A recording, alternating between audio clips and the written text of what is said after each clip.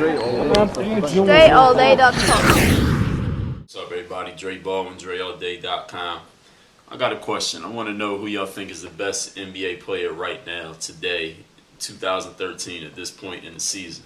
Because I've been watching, of course, the top players. Everybody knows Chris Paul has been great, Melo's been great, and all the other star players, whoever you want to name. But I think it pretty much comes down to two guys. You got LeBron James and you got Kevin Durant.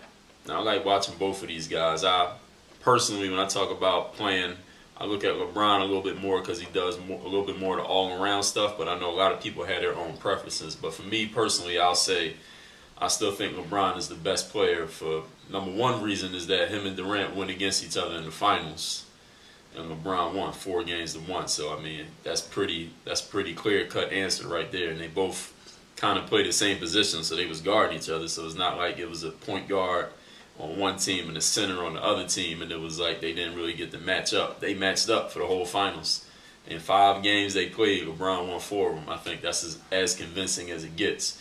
But I've been watching both of them. Durant is still elevating his game. I think when he first came out, he was more of a shooter. He was doing all his scoring, a lot of it from the outside, just using his length and his excellent shooting, at the foul line, three-point line, and in the inside mid-range area to get points. But the last couple of years, he's really been working on I can tell he's worked on his handle a lot. He's a lot more confident scoring off the dribble. He uses his crossovers a lot now. He got such long arms and legs. It's hard to defend his crosses. Once he leans one way, you got to get over there. Because if you don't, he's just going to blow by you with one dribble because he's so long. It only takes him one bounce to get from the three-point line to the rim. So you got to get over there. He's been using his cross a lot, going to the hole. I see him dunking with both hands, finishing all over top of guys, getting to the basket, and he's still number 1 scorer in the league. As far as the scoring, I mean, that's Durant's number 1 thing. He's the best scorer out there. He shoots a high percentage from the line, the three-point line, and from the field.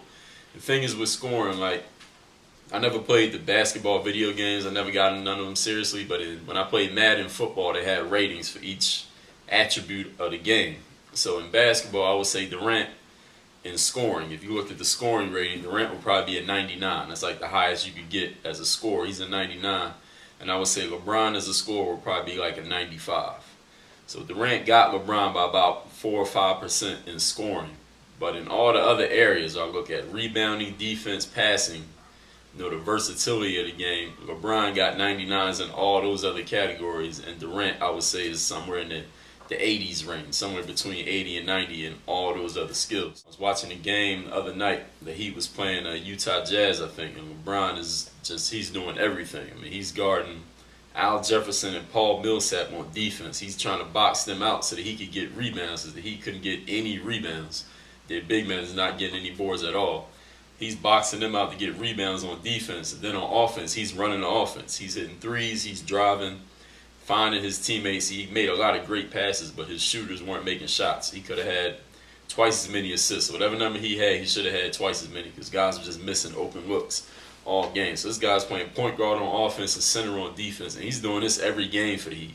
Even in the finals last year, the playoffs last year, when they had their backs against the wall against the Pacers, and this guy went out and got 18 rebounds and scored 40 points. He got Dwayne Wade going with his passing. And then he's guarding the best player on the other team, whether that be Kevin Durant, Paul Pierce, Danny Granger. He's doing this every series, and he's taking over the whole thing for the Heat. Basically, when it comes down to crunch time, he's running a point for them. And he's still getting you 30 points. Durant, maybe he'll get you 35 points, but he's not doing all that other stuff, rebounding, passing, and defending at the level that LeBron is. So I think LeBron's still the best player out there. Though Kevin Durant is a hell of a player to watch. I would pay to watch either one of those guys go.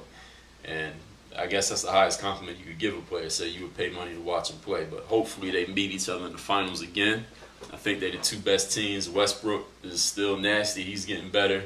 Wade's still doing his thing. And the Heat got Bosh, who quietly does his thing. People don't really talk about him, but he does it quietly. So hopefully we get a rematch.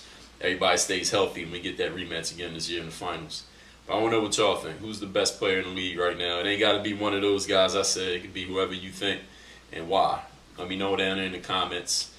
Work on your game. DreAllDay.com. Oh yeah, thumbs up this video. Dre.